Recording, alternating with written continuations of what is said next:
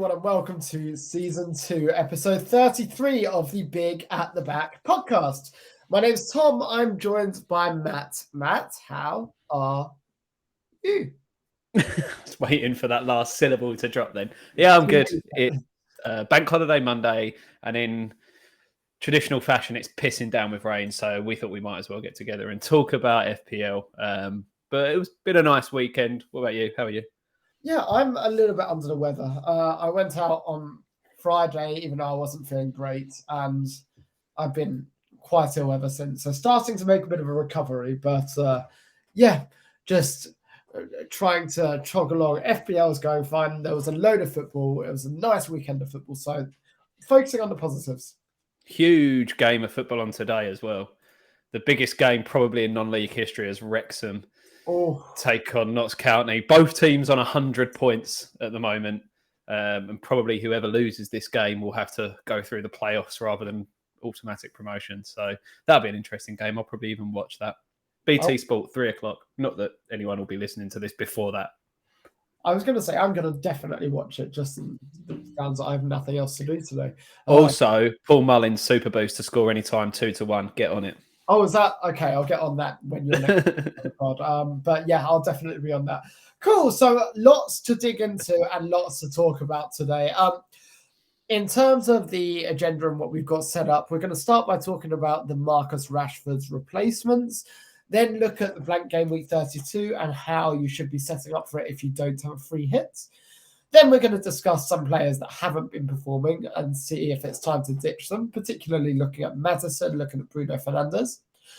Then we're going to touch on Crystal Palace and why I think their assets could be absolutely awesome to own between now and the end of the season. Matt disagrees. It's going to be fun. But to start with, Matt, how did you do this week? How did you get on?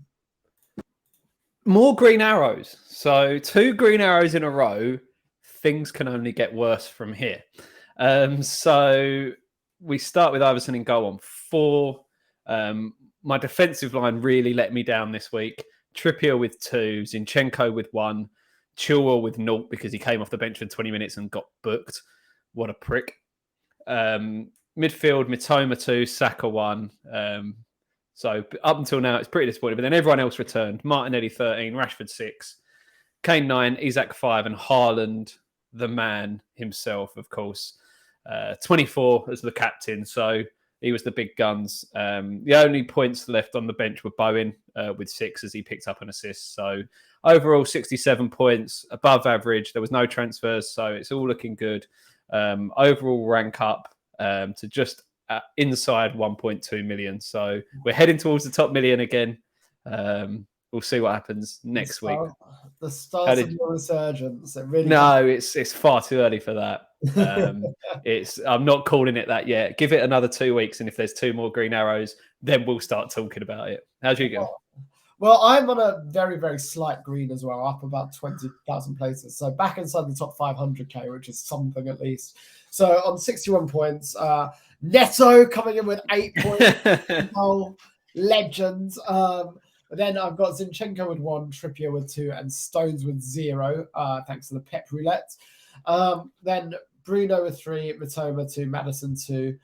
So a disappointing result for all of them. Mitoma should have had about 20 points if it wasn't for such awful officiating. We'll get to all of that as well. Rashford with 6, then Kane, Isak, and Haaland with my captaincy.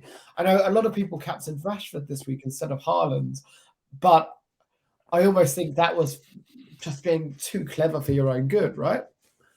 I mean, to be fair, it was like close to really coming off. He'd come away with 1 assist, but Rashford had a couple of really good shots saved by Pickford. Pickford really kept Everton in that game in the first half. So it's those fine margins. It could have easily been a 20-pointer for Rashford, but he sat there with 6. So the way the world works, I think, we said it last week. Haaland was the obvious captaincy choice.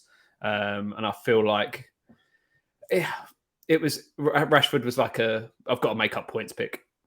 Yeah, I agree. I do want to speak about Rashford a little bit because he looks like he's injured and out for about a month, meaning he's actually going to miss the big double game week 34 for Man United. So I guess first question, what does that mean for our Man United assets? Second question, who do we replace him with? So I think starting with what does it mean for Man U assets, I hope it makes Bruno better.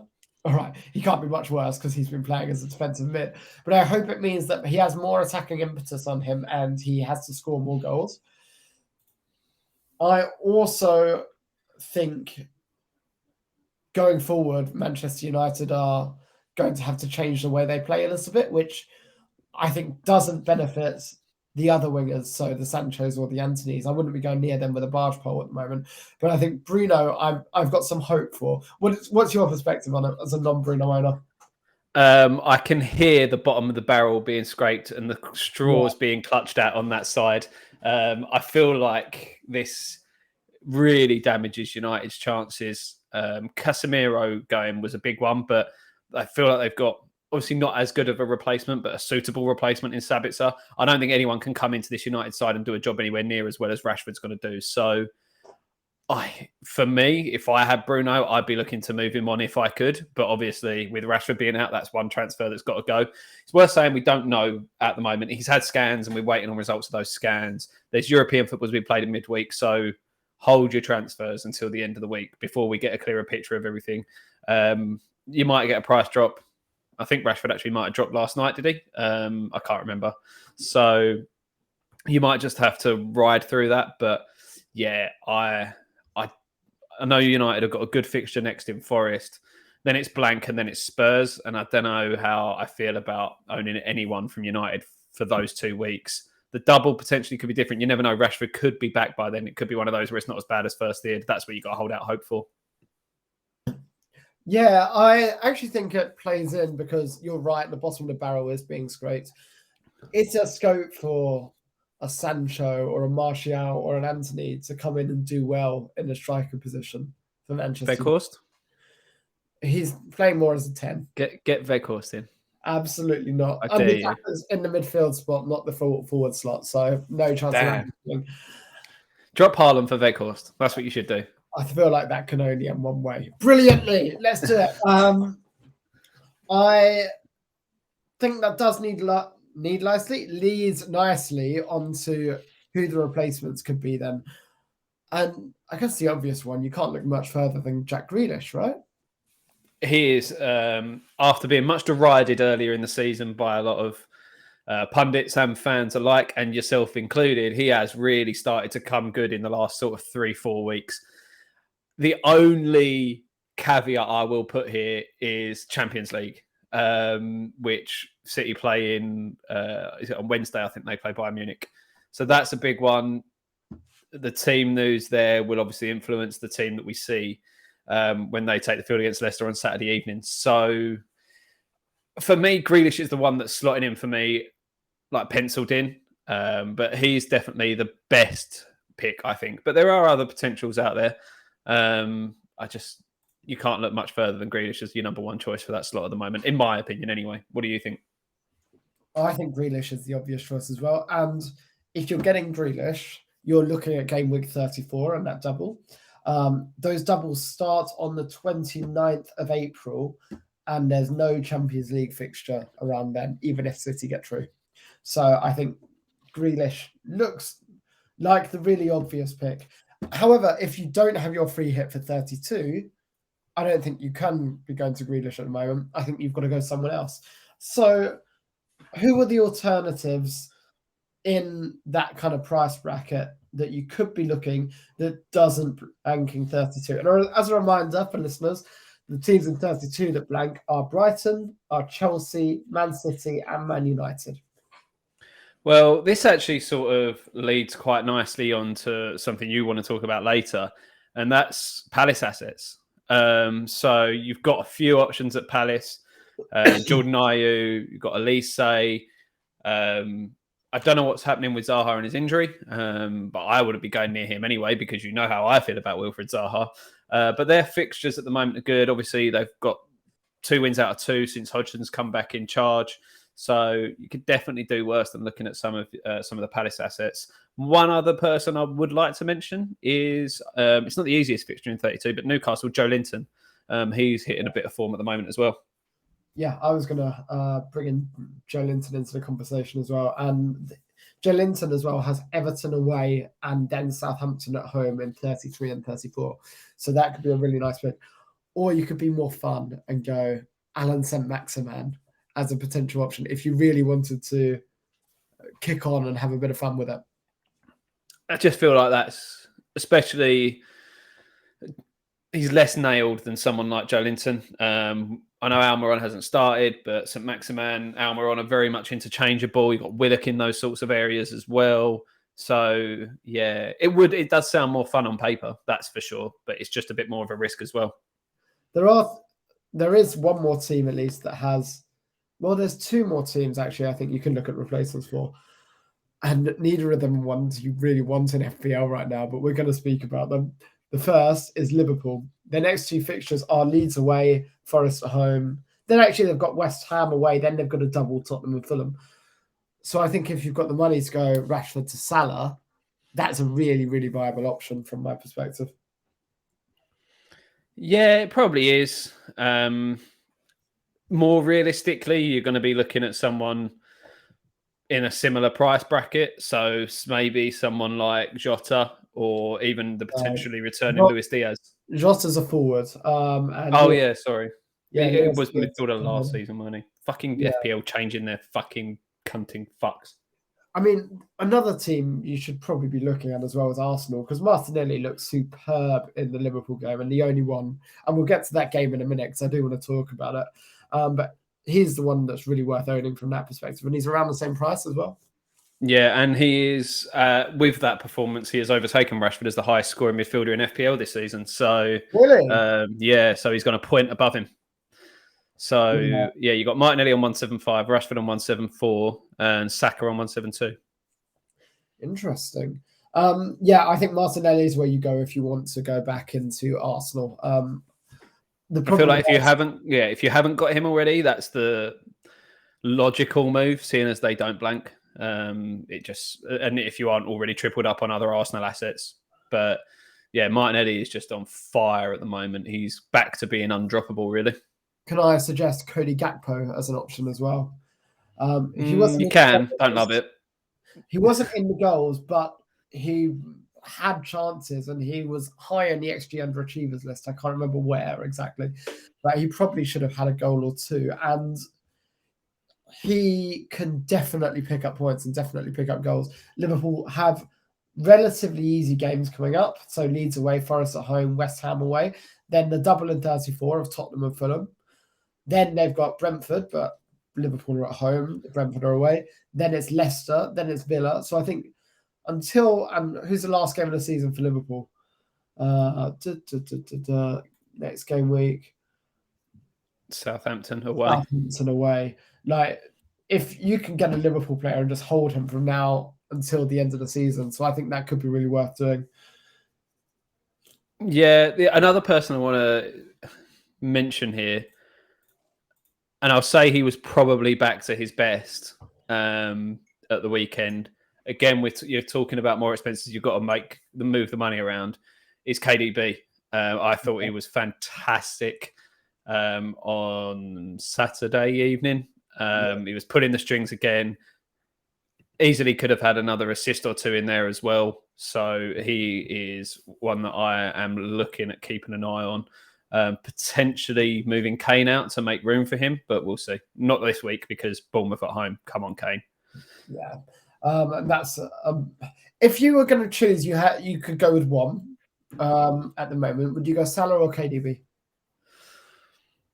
I would probably. It's hard because of the blank. So if we could take the blank out of the equation, I'd go KDB. Because I think their fixtures are slightly better, but that because of that double they've got of Fulham and West Ham, that's what would swing it to KDB for me. But with the blank, obviously, Salah makes it a little bit more appealing from that perspective. Yeah, I think I would be going Salah, just because I think there's much more upside or much more potential upside. Salah should have had 20 points in the Arsenal game. And there was some awesome saves from Ramsdale that basically kept them in the title race, because Liverpool probably should have won that match about 8-4. It was a ridiculous game of football, wasn't it? But yeah, what was he doing with that penalty? You just think when he steps up there, I mean, to be that good and not be able to hit the target. Yeah, like, he missed the last one as well against Bournemouth, I think it was. Yeah, that is awful. He may not stay on penalties after that. You never know. Maybe they go back to Milner. Well, he's never on the pitch. Maybe they go to another one on the forwards, but you can't be missing 2 penalties in a row as a forward. Give them to Alisson. That'd be funny. Probably bang them all in. I'd back Alisson 100%, to be fair. But yeah, I think it was a really disappointing performance for Salah owners, but I think they have a lot of upsides in the next few weeks coming. So around the first bracket, Grealish is the obvious one, potentially a Palace one. Elise is probably the one I like the most in the Palace boys. Yeah, Elise's really impressed me the last few weeks, and he's on sort of free kicks and things like that as well. So you've got the set piece potential.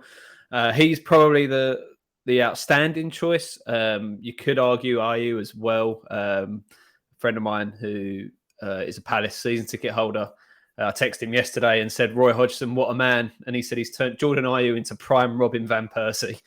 So that's something to bear in mind.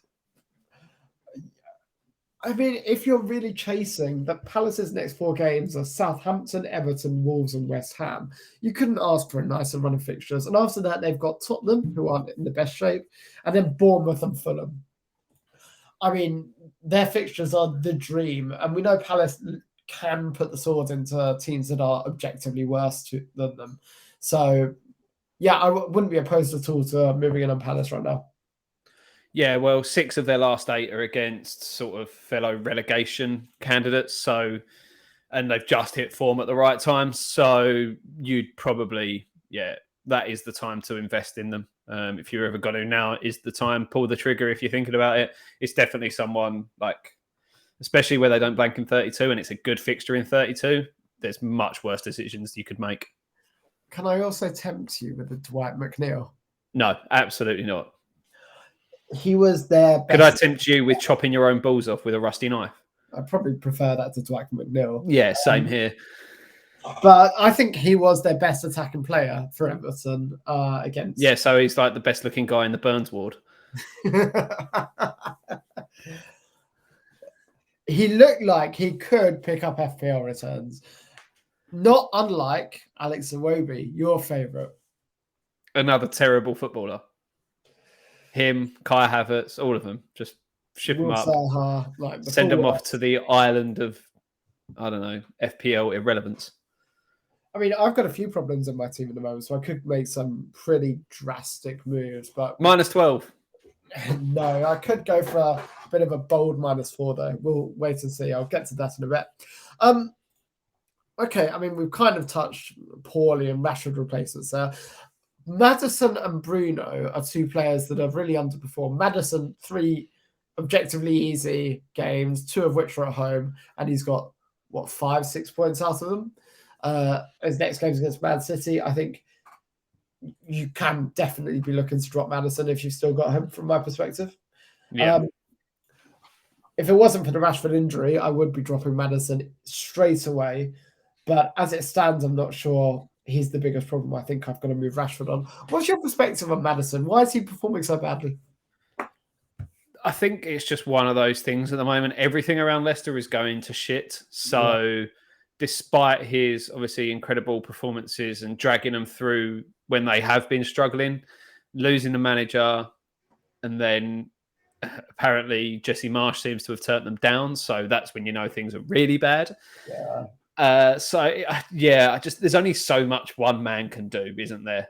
And he is the man, he is their talisman. But again, like City next fixture away, that could be an absolute hiding. Their fixtures do look good after that. So I could understand why, especially in your situation where you've got other fires to put out, you'd hold him and bench him for this week and then hope for the best through their run from 32 onwards. But I just think if he is an obvious transfer out, if you can afford to at the moment. I also think Wolves, Leeds, Everton, and Fulham as a 4-game run, surely Maddison has to do well in all of those games if Leicester have any hope of staying up. Yeah, and if they get a new manager in, the rumours this morning are Rafa Benitez. So if they could get a new manager in, they could get that bounce, and he could prove to be, with everyone shipping him out, he could be a bit of a differential. But it's not a risk I'd be willing to take right now, especially you're not bringing him in, you're holding him maybe if you like, but I think most people will be selling him. Yeah, I think so as well. Want to flash back to the Liverpool v Arsenal match because one of the most ridiculous games of football I've ever seen, but also the referee's assistant elbowing a Liverpool player in the face at half time. As a neutral, what's your take on it? Because Roy Keane can fuck off. I think Keane is wrong. You can't just say you've got to man up and do whatever he said about Robertson. I do think the truth is somewhere in the middle. Robertson has sort of grabbed at the linesman's arm, and he's sort of gone to shake him off as what are you doing? And he's caught him. There's no doubt about that. They're both in the wrong in this instance for me. He's been stood down until further notice while an investigation go on. He probably will face some sort of ban, which is right. I think Liverpool fans have been Liverpool fans have gone, he's elbowed him in the face out of nowhere. You can't do that. He's got to be banned, blah, blah, blah. No, he has been grabbed at first. So I can understand why he's gone to shake him off, but he has gone up with his elbow. It looks bad. It looks worse than it is. If you watch it, Robertson didn't actually touch him. There's no contact from Robertson. I've gone really close in it. I saw no contact from Robertson at all. But either way, yeah, I thought it was appalling. And I think Paul Tierney, yet again, he's always the ref that fucks Liverpool over in some way, shape, or form. And reffing that game was just gave you a penalty. Yeah, probably one of about 4 we should have had. Well, it wasn't as bad as Brighton beat Spurs. No. But yeah, I hate Paul Tierney. I think him and his whole team should be banned. Refereeing in general, though, the Brighton Spurs performance from the refs was the worst I have seen probably since Liverpool beat Spurs, actually, when they cheated like hell to beat us. So, yeah, what was your take on that, given how poor that refereeing display was? That is probably the most egregious example of poor refereeing that we've seen this season. The handball given for Mitoma. Mitoma's goal should have stood, and it would have been McAllister assist as well. Would have been so. Yeah, the thing is, the linesman's flagged from miles away. You're not going to have a good view from that distance anyway. The worst thing is I can then understand sort of why VAR hasn't overturned it, because they're saying it's not clear and obvious error, even though for me that's off the sleeve, which we're constantly told is the line for whether or not it's handball. The other thing that isn't even being spoken about is Romero pushes him in the back. As he jumps up, Romero is pushing him. So why is that not the first offence? But that's by the by. No one's talking about that, so we'll ignore that. So that's the first one. That goal should have stood. Then the penalty at the other end, two penalties. One for the grabbing right at the end, which was Longley pulling back, and the step on Mitoma. How they haven't seen that? VAR has looked at that and not given it. It's just, again, another example of the shambles that is the quality of refereeing in this country. VAR is its own beast, but you're only as good as the referees that are using it, and they're awful. Yeah, they are horrendous in this country. And I think the game in this country has elevated so high, the refereeing just hasn't. Howard Webb's come in to fix it up, but he's not doing a particularly... I mean, last season was probably worse, actually, and the season before that was horrendous. Liverpool got the title stolen away from them by wrong. Wow. Get over it. Nobody cares. We want privacy. I am still bitter about that, but I think the standard of refereeing has just stayed the same, and it stayed as shit as it was. VAR hasn't changed that. So I do think that needs a complete overhaul. I think Webb's trying to do the right thing in terms of raising the bar for things that get looked at. which is what he said, and his mission statement is. So we're not just re-refereeing the game with every challenge. Another one this week with the Isak giving away a penalty against Brentford. I don't think that is a clear and obvious error to overturn and give a penalty. They watched that for 3 minutes and about 20 replays before they sent the ref to have a look at it. That does not meet the bar for me of overturning an on-field decision. I think we need to just get through this season, get it out of the way, and then there needs to be a serious shake-up in the way things are dealt with. Yeah, totally agree. And just to really rub it in, then Brighton obviously concede a late winner. They get a letter of apology from the PGMOL the next morning. What fucking good does that do? And they've lost the game. It's too late now. Yeah, it's ridiculous. And also, just on that, Harry Kane can do nothing for a game, score a goal, and be guaranteed 3 bonus points. Yeah. Just the most... Like the bonus point system is quite literally designed to give bonus points to Harry Kane. It's the most obscene thing in the world. From an FPL standpoint, I still love Brighton, and I'm still happy to own 3 of them, given I'm going to free hit them out in 32. And their next game is against Chelsea, who lost 1-0 to Wolves, and Sarr only made 1 save. Like, Chelsea had 1 shot on target that needed to be saved. I am so happy Fat Frank is back. It's like they've jumped out of the frying pan and jumped straight into the fire. I'm starting 2 Brighton players next week. I really want to start 3. Do it then. Don't be such a little bitch. Well, the third one is Estupinian, so I'm not that bothered about him. But yeah, McAllister and Mateo. Well, why would you not start a Brighton defender when you've just said they only had 1 shot on target against Wolves? Because the other defenders are Stones, Trippier, and Zinchenko. Drop someone else then. Drop a midfielder. Drop a striker. Drop Haaland. Drop Haaland. Okay, drop Haaland. There we go. Captain. And then put the armband on a Estupinian. Now we're talking. God, I mean, make FPL fun again. That would be fun, wouldn't it? Do you know the one I'd genuinely consider starting him over is Zinchenko. I was considering it because West Ham haven't looked bad, but it's still Arsenal on a roll. They rescued a point against Liverpool. They're gunning for the title. They didn't rescue a point against Liverpool. They were 2-0 up. You rescued a point against them. Ramsdale rescued the point right at the end. But you came from 2-0 down. Let's not forget that. I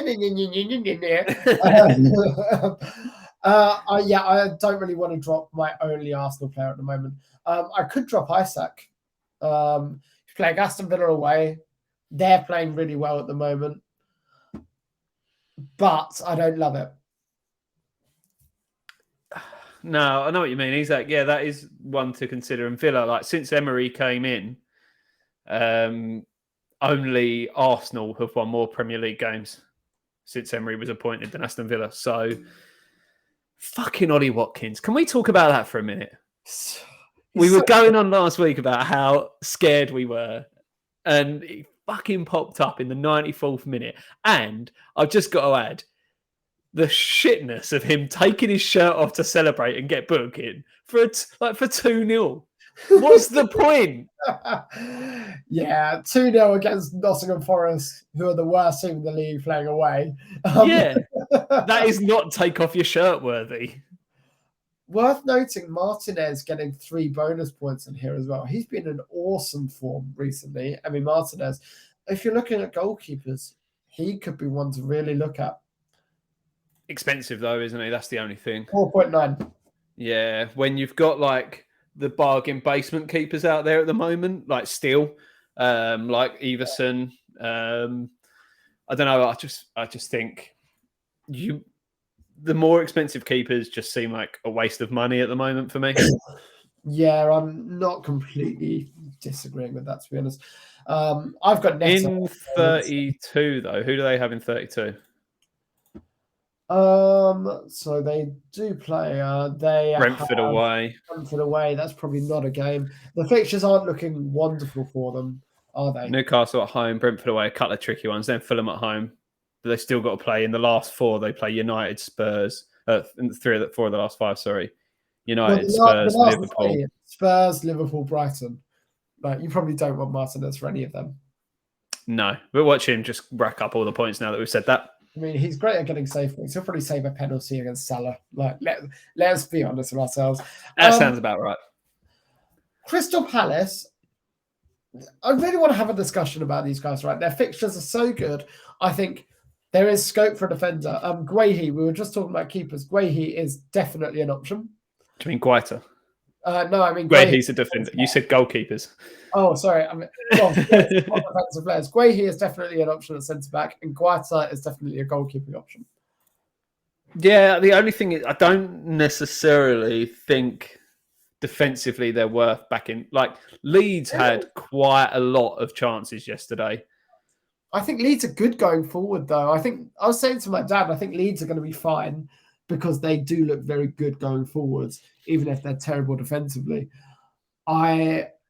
Bamford came out afterwards and said it was a really freak half of football. I kind of agree with him. That how often a Crystal Palace going to score 5 goals. But I still feel more comfortable backing them defensively than I do offensively, as weird as it sounds, based on Roy Hodgson's history. I know what you mean. The way I kind of see it is in the games they've got coming up. So Southampton away, like these are teams that are going to have to go at them at points. I just don't know if I back them to keep teams out. Guaita's a good keeper, don't get me wrong, but the back line in front of him will give up chances. That's where I sort of think, is he going to do enough to keep all of them out? So moving forward then, who are you backing up front for Crystal Palace? This is hard because you can probably throw all of their attacking players in a hat and pick one out. None of them stand out for me. It feels like their points are going to be spread around like we saw with their game yesterday. So Eze, Elise, Edouard, I'm not going to say Will Zaha, but and Ayew as well. Like if you pick any of them 4, they're all similar prices. Edouard's a striker, so you're probably not going to go with him because of, I mean, let's be honest, the striking options out there at the moment are so much better. Unless you really need a cheap striker, you could do worse than Edouard because he's like 5 mil, is he? 5.5? 5.4, I think, but yes. So yeah, there you go. But for a midfield option, I like Elise personally. If I was going to go with one, he's the one I'd hang my hat on. I mean, I think Elise is probably the pick of the bunch as well. His crossing looks really good. But scored that fantastic free kick against United a few weeks ago as well. He did. I feel like that was a bit of a freak, though. How much did he say in FPL? So he's 5.4. Eze is also 5.4. And interestingly, Elise is on 103 FPL points. Eze is on 104. So nothing really in between them. And I use 5.2, just throwing him out there as well. Yeah, he's on 79 points, of which probably 30 came this week, right? 14 came this week. And his last haul was Bournemouth in game week 18 when he got 10. Yeah, so there you go. I think Elise is my pick of the bunch. So avoid Elise is what I'm saying. Yeah, I think definitely go for Eze in that case.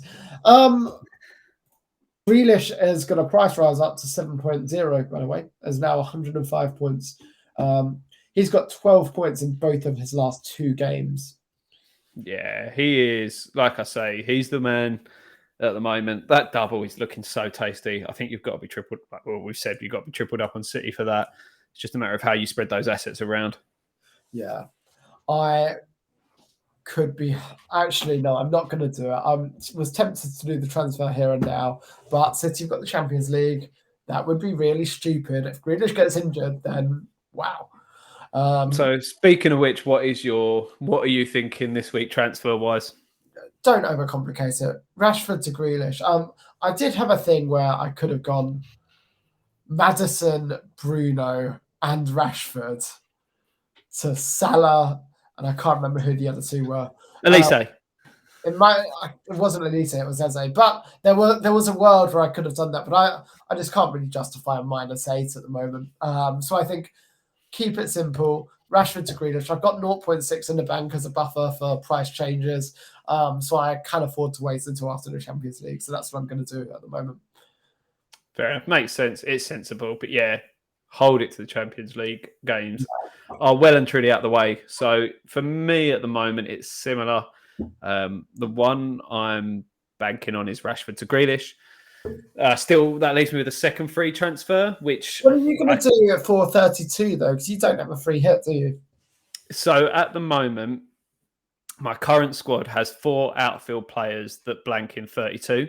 So I can take one of them out for someone in the next week, for example, and that'll give me an 11 at least. If not, I can make another transfer because I've got 2 this week and 1 next week. So I can quite comfortably navigate it. So Rashford to Grealish doesn't make any difference on that because they both blank in 32.